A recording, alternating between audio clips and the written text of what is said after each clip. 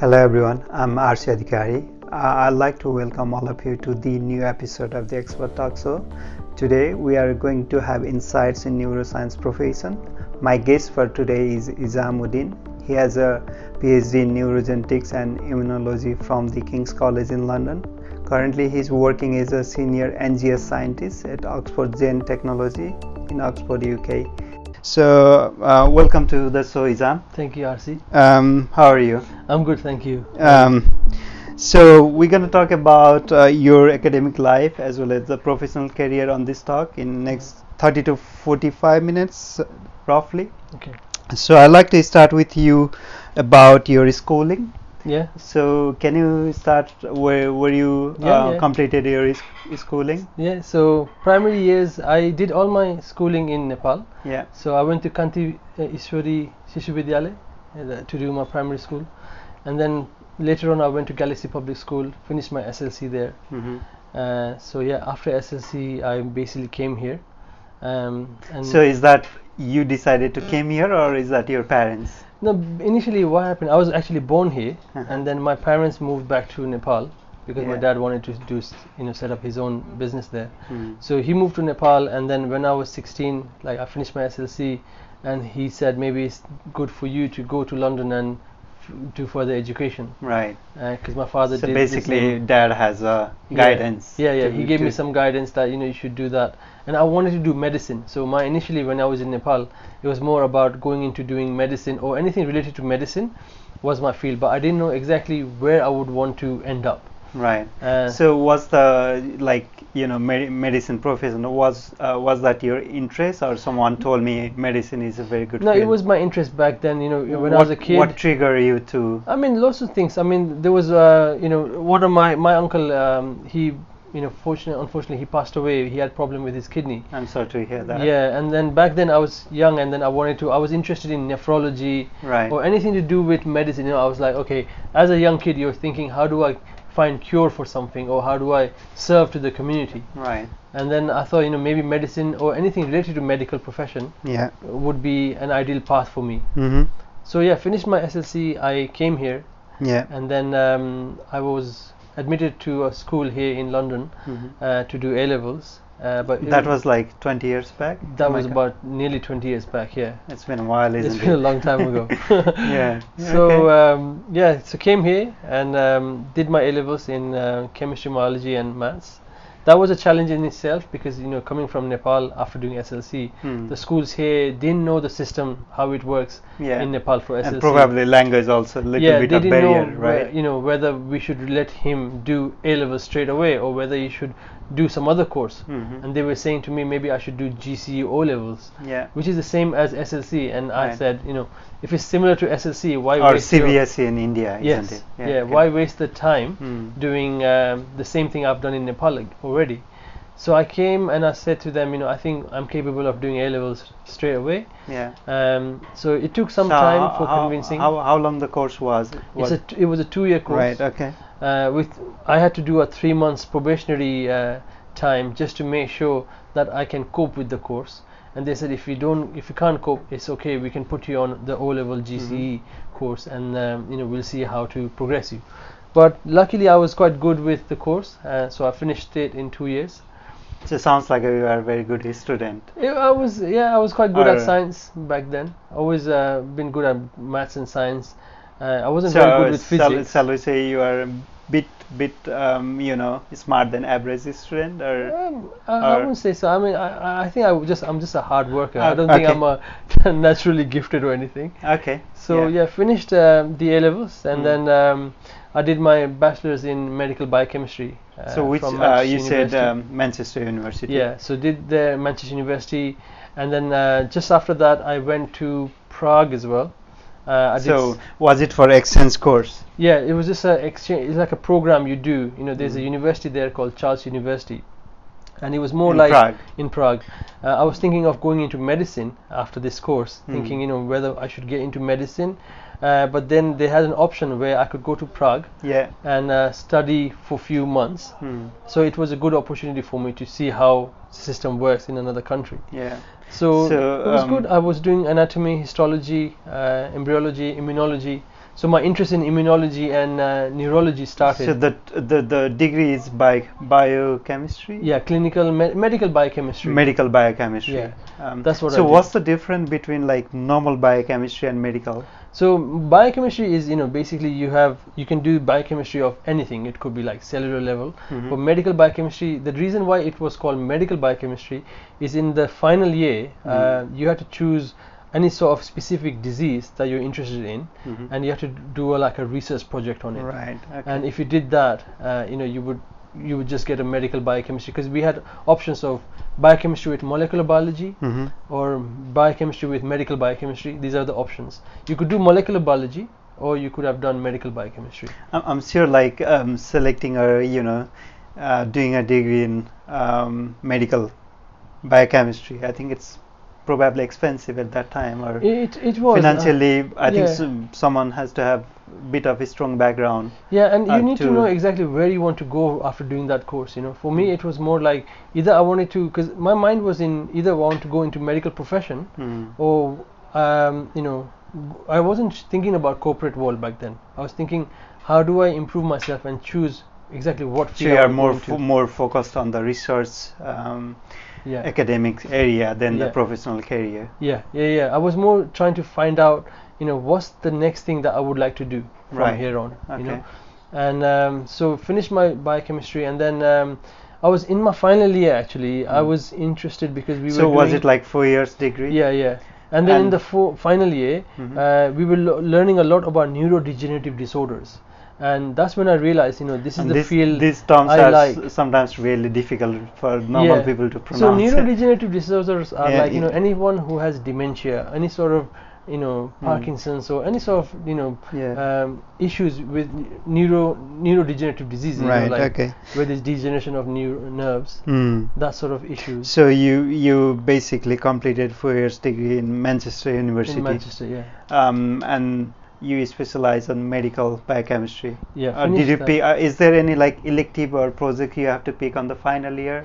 Yeah. So in the final year, if I can remember, what did we do? So in that same university, there were lots of different projects going on, and then they said within the same class. Yeah. So basically, you had, because Manchester University has a really big medical school.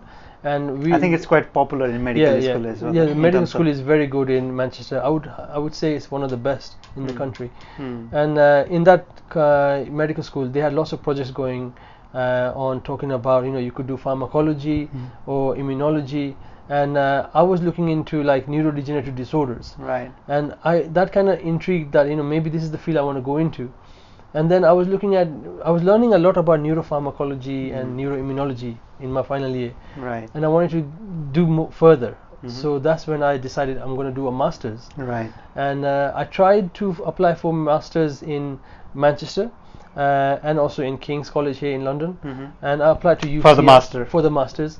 And then I didn't get a place in Manchester because they had already filled that whole year. Oh, it was for too the same late. university. Yeah, for the university, because I thought it would be easy to just. So you prefer to do master in Manchester University than any other college? It was either Manchester or King's College.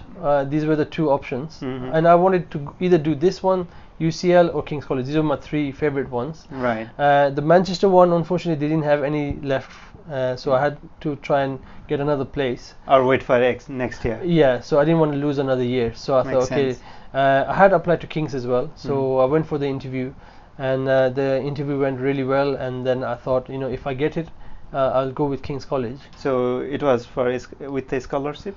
No, I had to pay for the masters. So I actually took out a career development loan. At that time, it's a British government loan. Yeah, it's a loan. You can get the loan from any bank if you go to like banks in the UK, but you have to show them. Like in my degree, I got like a not first, but a 2-1. If you have at least got a 2-1 or a first class honors degree, you can go to certain banks and ask for a career development loan. That was like back in time, but is that still happening for foreign students? I'm not sure at the moment whether they're still doing but it. But we can always check. You can always check. Yeah, Google I think it. that can be good. Good support for the finance. There's a bank called Barclays Bank, and back then Barclays Bank were doing career development loans. because when I went to university, I had to open a bank account, Yeah, student I think that's account. pretty much everyone does. Yeah, isn't everyone it? does that. Someone moved to new country. Yeah. And then the bank kind of knows that you are still a student, Yeah. and obviously they want to give you loan to do other things. Hmm. So one day I got this letter saying we do career development loans, and then that's when So I think for the new people who come here as a student or looking for financial support, I think that can be another prospect where they can look into banks if they support any career development. Yeah. And you have to pay back later, isn't it? Yeah, so it was like you get it because they said you can have it for 2 years, and then after 2 years you'll have to start paying them back. Okay, on monthly basis, not on all a in monthly one basis. go. No, in all go. Yeah. Okay. So that was quite handy. That I took the loan, I did my masters, and then I decided I'm gonna try and pay this off at the same time, or I will just wait few years. And then what happened? So sorry to interrupt. I mean, on the master degree, what was your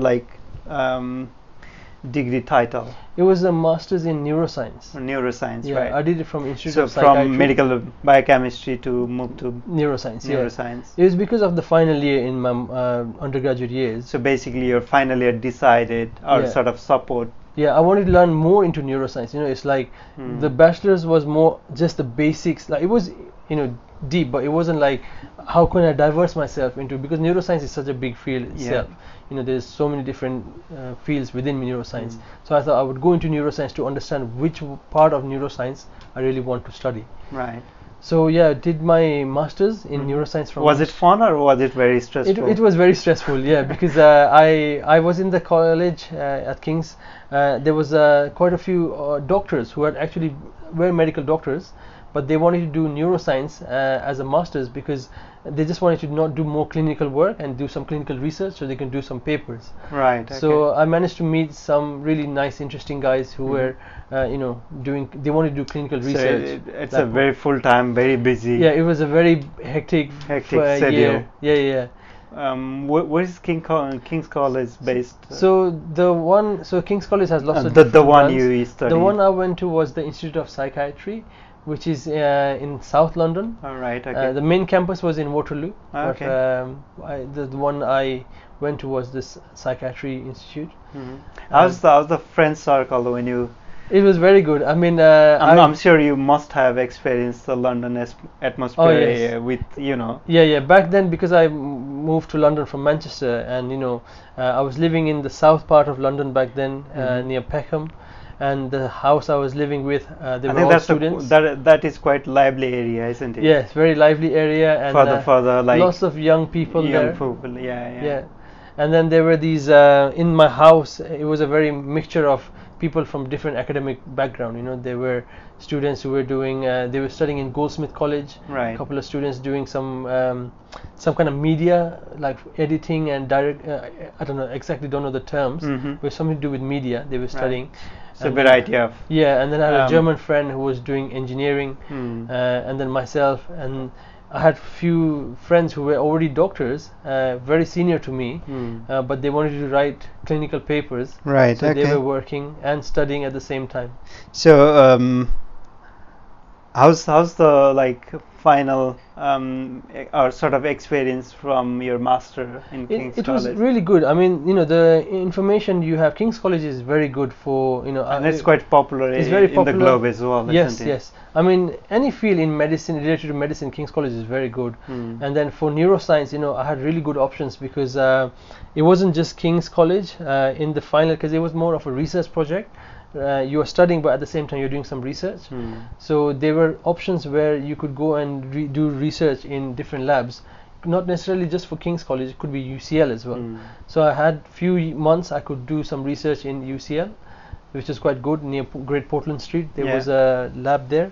So I worked there for just shadowing the guy, the professor there. For so is that months. Like universities support that scheme? Yeah. There's a scheme. Well, back then they were doing it where you can do a Probably master's. the things has been changed. Probably it's changed. But then the guy I was working for, he was telling me there's options whether you want to do it in King's or you want to do it in UCL, or there were different projects going on. Right. So that's when my interest started in genetics, and immunology.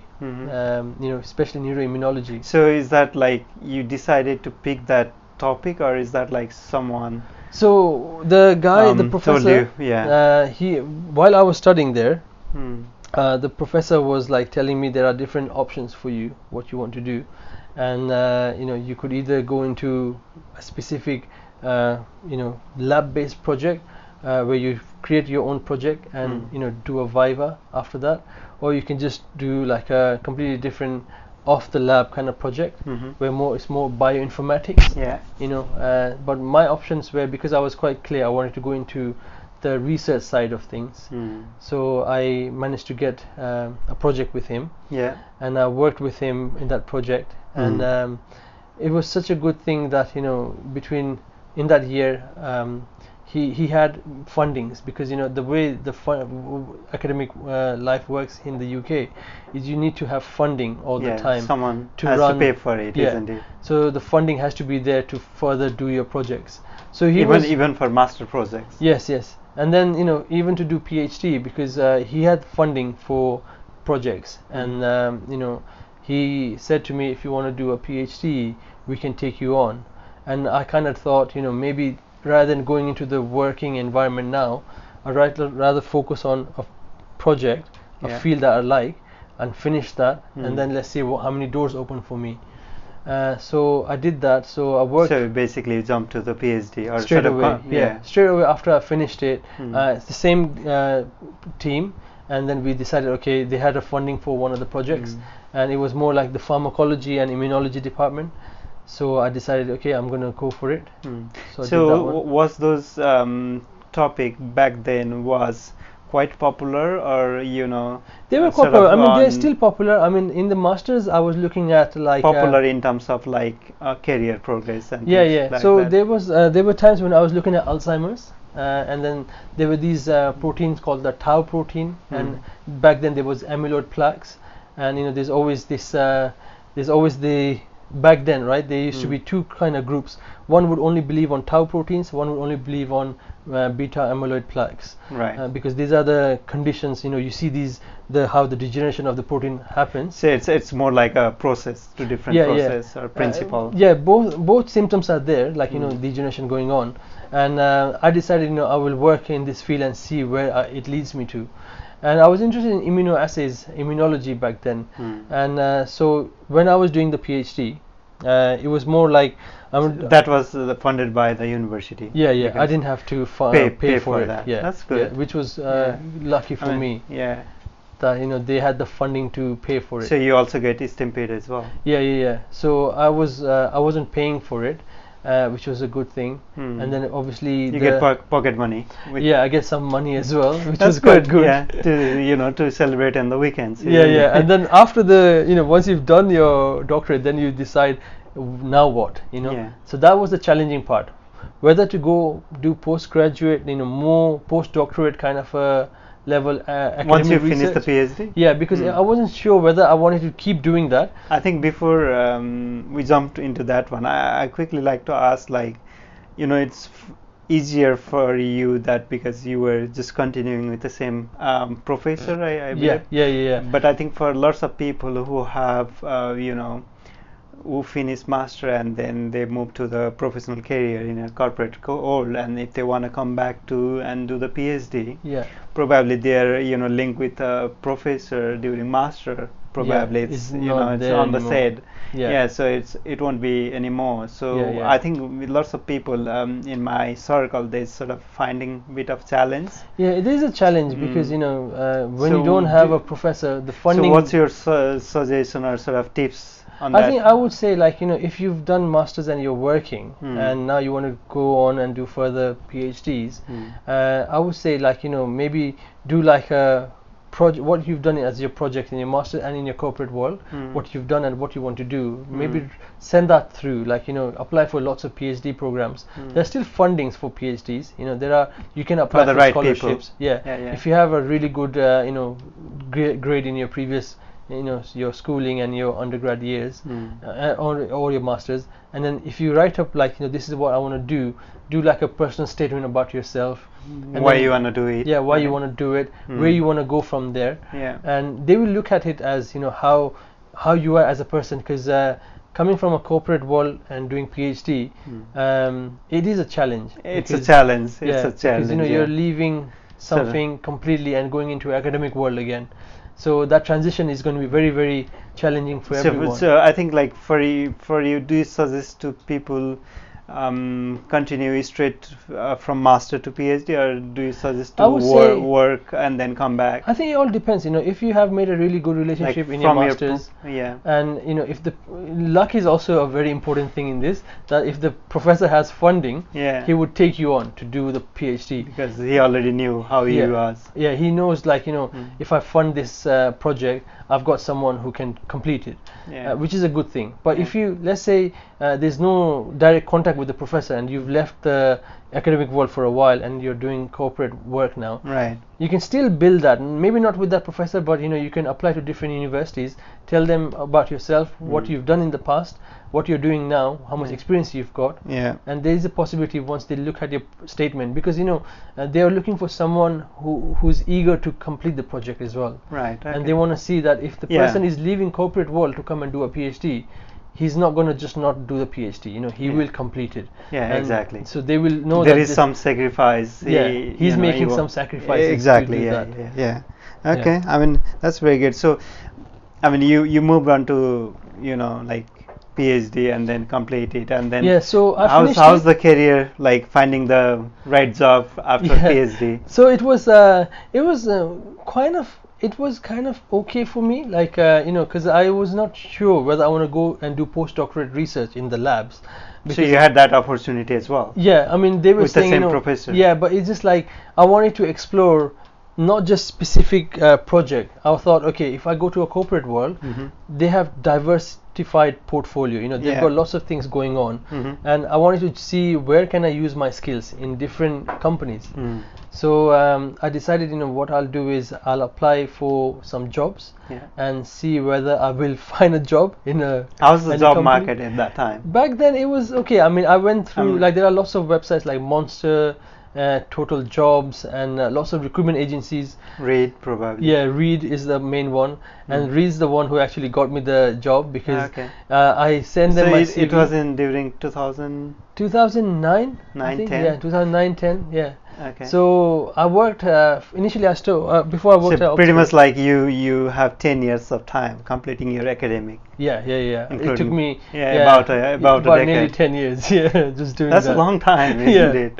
Yeah. So it was challenging, but it was more like I knew exactly after the masters actually that I want to go into doing this specific field, and then in those years when I was doing my PhD, I realized that maybe academic world, I might come back to academic world in future, but for now I want to see what the corporate world is like, and because there's more opportunities there, in terms of earning prospect is good. And so and you can actually see how the actual world is working. Exactly, and how the things are changing, because everything we are doing at the moment, what I was doing back then, most of those things have gone obsolete now. So many people are not using it. Yeah. And now you have AI into personalized medicine coming in. I think we're going to come back into that one. Isn't it? Very interesting topics are coming now. So did you apply like lots of company? Or? I applied directly to companies. I did go to a couple of interviews. I had a really good interview in the DSTL lab, the MOD lab. But for some people, they don't really know what you're talking about. So I mean, it was more like if you're coming from academic world to corporate world, they see that he's done so much of research.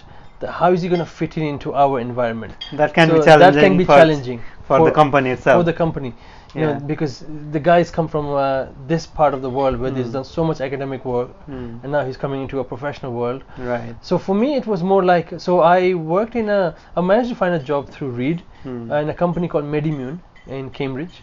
And I worked there for nearly a year. So, where about all these like company who work for these next generation sequencing or sort of medical or biochemistry, where all these companies are centered now? Is that all in London, or no, it's so scattered? It's scattered. Like, so Oxford and Cambridge are the popular one. They're very popular, because those are big. They've got the two lots of respected academic people out there, isn't yeah, it? so there's lots of spin-off companies. So lots of spin-out from the university.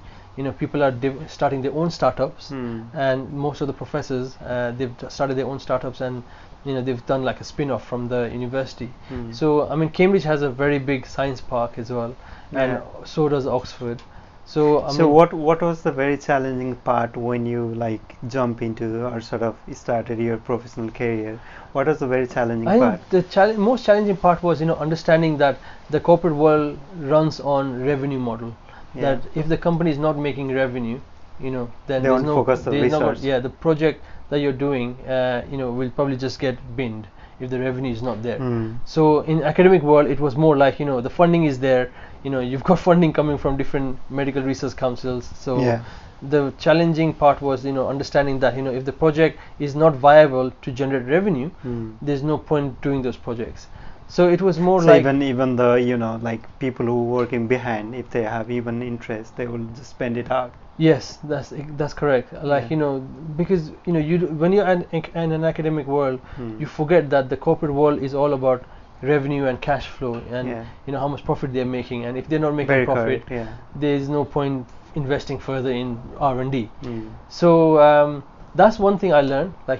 How. So you have to adjust with them. Yeah. So the adaptation was more forgetting purely on research and more like how do we generate revenue for the company. Yeah, and I think that's where lots of all these research projects are not very much to the the end of the final output. Lots of projects are just left behind because they never generate the money. Exactly. And which is very sad, but I think on the other side, business work that way, so we can't really do anything, isn't it? It's a very two different part of the world. Exactly. I think lots of people have very frustration if they move to, that's the thing. If you really want to go into academic world and you just want to do research and develop those research, if you've got the funding and if the project is really good, the funding is there, then it will work for you.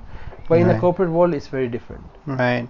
So what's your, I think overall what I see is your academics, progression and then moving into the corporate world sounds like a, sort of very progressive and easy way. I think for most of the people, it can't be like that. I think luck played a part, it was purely just finding the, just for the PhD, finding the right guy who funded the whole thing for us. So that was good for me. And then while I was working, it was challenging for me in the beginning because obviously I needed to understand, this is a business now, and it's all corporate about workflow. Yeah, exactly. So they have organization, organograms, and how things work. So that was quite a challenge back then when I moved. So when you joined the company, it was called MedImmune. Yeah. So at that company, was it particular position, or you picked based on? Basically, they were looking at these ELISA. So ELISA is it's an enzyme-linked immunosorbent assay, and they were looking for these ELISA immunoassay scientists who can basically look at how you have antibodies and you have antigens, and how do you basically see signals for signal intensity for specific antigen. So I worked there for about 9 or 10 months, not more than that. And then I got I was looking just to see what's out there. So what's your overall experience? It was good. I mean, it was. You were happy then? I was happy there, but it was more like I thought I could do more, and I wanted to go into some new things, because immunoassay was already there. It's always been there. So I was looking at sequencing. Sanger sequencing had happened back then. The whole human genome got sequenced, and all these things were striking as I think that's very much fascinating topic for medical world, isn't it? Yes. I mean, sequencing, now you can sequence the entire human, and when that happened, that's when I was like, I want to learn more about sequencing, because it looks like that's where the market is. Right. And that's when I applied for a couple of jobs, and applied to this company. So a bit of confident on your career, and then you want to move out. I wanted to move out. Basically, what I did was whatever I was doing there, I picked up all the techniques what I wanted to learn. Then I thought, okay, let me try somewhere else and see what's out there. And so then I landed at Oxford Gene Technology. So they had so they were producing. They had a very different model back then. So the company, all these companies that I'm working now, those companies have also when they've gone through transitions. So they were doing biomarkers, and then because they focus on different because projects. the market keeps changing. You see, you have to adapt with how the market is changing. So initially we were doing arrays, microarrays, biomarkers, and then because the market got big for sequencing, everyone started going into sequencing world. So we were doing. I think that's quite fascinating, isn't it? Yeah. So what is exactly gene sequencing, next gen sequencing? So that's what they call, isn't it? Yeah. So next generation sequencing, you can use it for personalized medicine, for genetic diseases, looking at diagnostics. So so is it very useful for a hospital? Yes, it's useful for I'm very much I don't really know this world. So I just want to have very so we look at let's basic say understanding what is it. So there are things called CNV, which is copy number variants. So copy number variants are things where you try and see if there's deletion or duplication of a particular gene. So you see that. So CNVs can be detected, but you need a lot of software as well. So where we work, we also need a lot of computer scientists, bioinformaticians who know how to run this software to do analyze all the data. So we work in hand to hand with those guys as well. But the sequencing itself, we are what we are doing now at the moment is we are looking. So basically, the sequencing, is it sorry if I'm wrong. So is it you have some something on your body which is not working, it's supposed to work, and you try to modify to make it work? Is that the sequencing on the very much? It's not more about modifying. It's more about we're looking at early diagnosis for something. So say it's someone has let's give an example, prostate cancer. We know this is this thing called PSA, which is a prostate specific antigen, and you can do immunoassays like ELISA, which I was doing, to look at how much PSA level someone has if they have something to do with prostate cancer. So just to match those. Because if you have high PSA, but it doesn't mean that if you have high PSA that you will have prostate cancer. There's lots of false positives as well. Not just false positives. It's more you can't say that if you've got PSA, high PSA means you will have prostate cancer. It could be that high PSA is because you have inflammation of your prostate glands. So so is it? I think it's more you match you map the gene which are for someone so someone have a disease, right? Someone has a disease. Someone has a disease, and then you want to detect whether the person has a particular disease or not. So you are just matching those genes. And see, if they are similar. We are looking at things where you can detect things early. So CNVs. So it's a part of the diagnostic process for some disease. It's more looking for early diagnosis. Okay. The early you can diagnose someone, you can prevent them from having cancer at a later stage.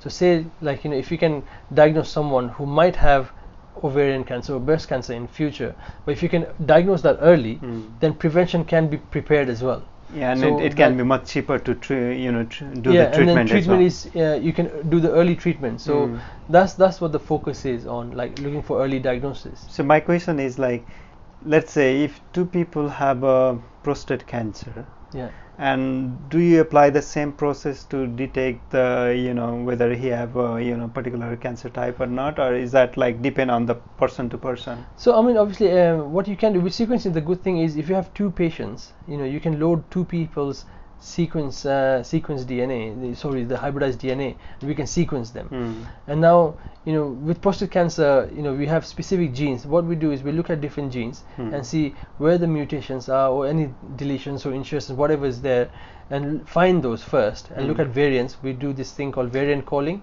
using a software, and then we look at the variants, and then that tells you whether if it's got those calls, then there's a potential that that person has some kind of fusion or some kind of disorder going on. Right. I think we don't want to go very too much detail.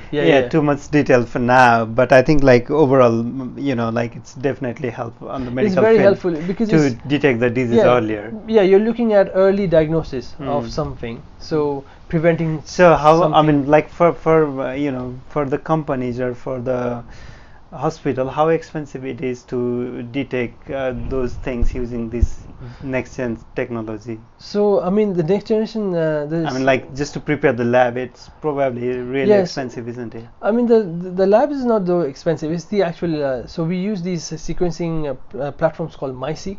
There's something called NextSeq and there's something called HiSeq. So these are the hardware levels. Yeah, and then these machines are really expensive. So this is what you need to sequence, let's say, any particular sample of or various patients. We can run 48 samples in one run. So these machines are the ones which are very, very like expensive. I know you came from this academic and you're doing research. So like this machine, do you like learn by doing things, or I mean, was it included on the academics as well? No, this is something I learned when I was in the corporate world. So like I had no idea about sequencing when I was doing my PhDs or my masters. I mean, in the PhD and master, I've done some Sanger sequencing, more theoretical. But I didn't do it. I wasn't, exposed to these machines that I'm used to now, because we didn't have the funding to buy all these big machines. But in academic world, you just have a couple of machines and you're just using those, and you just focus on that kind of work, like gene expressions. I did a little bit of sequencing, but here, because these companies have a lot of revenue, they're able to buy huge,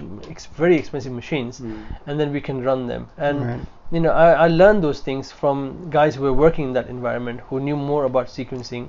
So they showed me how the sequencing machines work. So how about like all these technical resources you learn to keep you update while you're in the profession? What are the resources? So basically you can go to these meetings. You can go to we have like a probably conference. Yeah, you can go to conferences, or if you're interested in going to a specific conference, you just tell your line manager that you want to go to this conference. So probably from friend circle or from university circle. Or you just go as a representative from that company, and I think lots of resources can be found in the internet as well. Yes, right? yes, and read up on things that what's happening at the moment, like the new platforms, like even AI is now planning on. We're trying to incorporate AI into personalized medicine. I think that's the future. And that's where I'm interested in at the moment. Right. So what's the overall like career challenge for now? I know you have been working about 10 years now. Yeah. Close to 10 years. Nearly 10 years. So what's the most challenging thing you have ever done, or sort of every project is different. There's challenges in every project, and it can be stressful at times, but because you have a good team, and what you can do is you break that down. Like give it to because you need to have a very good team within your peer group. I mean, you guys have to look for very micro level, right? Yes. Even like much more smaller than that. And so like we have you need to, if you're trying to do everything yourself, it's not going to happen. So you have to really divide it into who's going to do, let's say, the quality control, distribute the task. The bioinformatics team, they're going to do. Then we have the software developer teams who's going to they constantly update the softwares, and then the bioinformatics guys, they do the analysis and they look at the statistics and they'll find all the stats that we need, and they'll report that to us to see what the specs are, and then we create our own technical specification. Sort of framework. And then they send us the data, and then we see whether that's going to work for us or not. Right. So how about like the is it like, I know it's a very fascinating job or profession. Is it like, how's the pay scale? Is it like good for the very beginner, like if someone just finished the university? I would say, or is it similar to other field as well? I think it depends on where you are. Which company. Like you like if you go for as a like postdoc in the academic, or if you move to corporate role, there is definitely difference. But like in general, like for example, if medical doctor is going for a new job, or if you are going for a new job, is it like big gap, or you are sort of a similar range? I mean, the gap, it depends like what kind of company you're targeting. If it's a really big company and they have a job for a specific project, and they really want someone to lead that project, then they're willing to pay you. If the right candidate is there, they probably will pay you the good money. Right. Okay. But it would be very good pay scale even for the very beginner compared to other profession, right? Yeah. I mean, if you go in the academic world, I'm sure the pay grade will not be as good, because obviously they're restricted to their funding. So whoever they're going to employ, they have restriction on how much they can pay them. But with in the corporate world, depending on what projects you're doing, and if you really challenge yourself and go into projects that you think you can lead, then the money aspect is always there. But you just have to find the company, whether you want to start in a small company, whether you want to go into pharmaceutical companies, or I know some of my colleagues who were working in contract research organizations like CROs, and then they work their way up to come and work for bigger companies. Right. And so it varies, how you want to take it, because the whole field is more like, it depends on what sort of company you're targeting, and you have to look at how big that company is, and if the company is really big, then that the salary scale will be quite good as well. Yeah, if you go to a small startup company, the entry might be higher for you, but the salary might not be as good, because makes sense. I think that's like pretty much for every single profession, isn't it? Like, and as soon as you move to the senior roles, I think the range gonna go up anyway. But it's overall I find really fascinating profession. I think the other thing probably I have in my mind is like, what do you see this field is going? I mean, there's so much. I know you talk about AI and data science and things like that. Is, I would love to learn about AI and data science, but because it's not my background, I would love to, because I would like to collaborate with those guys and do something together. You can't do all these things I don't understand the know-how of how things work in that field. But I'm reading a lot of news at the moment, like how AI is going to transform the whole field of personalized medicine. So what do you see, like, for example, let's say in next 5 years or 10 years, if AI is taking sort of helping to this research or next gen thing, where it's gonna go? What do you see? Like, I see it like in terms of like doing diagnostics, and if AI can do a lot of analysis on its own without having relying on us or on the people, we can make progress quicker or get the response very quickly. So everything will be speeded up. Like you can do a diagnostic quite quickly, and also I'm thinking it will benefit even like not just the companies. It might benefit if you have this kind of platform in hospitals where they can do early diagnostics using AI. So I see there's a huge future in this field, and I myself I'm very interested in AI at the moment. I think it's pretty much for everyone who are in the tech industry. And because I'm surrounded with all the computer scientists who I work with, and they talk a lot about AI because they know the stuff. And I'm intrigued by what they're saying, and I would like to keep working with those sort of guys and maybe collaborate and see what we can do, even in sequencing. Because I'm hearing that so we have a machine at the moment. It's basically it's a hybridization washing machine. So that does before we used to have a technician doing all the pipetting and transferring buffers from here to there, and now the machine is doing it because the software is built in a way that it realizes you just have to put all the inputs to say, okay, at this level you just take out this volume, this and then it just prepares and it does it for you. So that's very awesome, in a way which is quite interesting, but then whether that's going to have an effect on hiring more technicians in future, whether it's going to affect people's career in that sense. But I think I mean there's a huge so I think I mean it's definitely there is like big world out there, right? In terms of research and probably professional career. I'd like to quickly go back to the people who just completed master, and if they want to go for like, I'm really confused whether I should go for technical technician or QC scientist or actual research scientist. And what's your suggestion? Like, it depends like what they want to go in the future. Like I would say, like, if you don't want to study a specific field and just be more versatile, go into a company, try and find a job in a company and look at what aspects they are doing. Like, they must be doing lots of things, right? And see where you can fit in.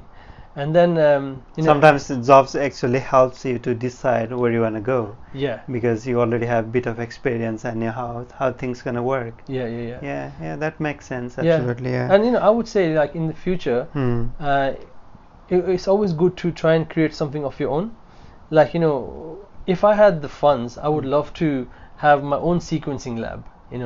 To be able to sequence, for other clients. So if that would be the case, who would be your client then?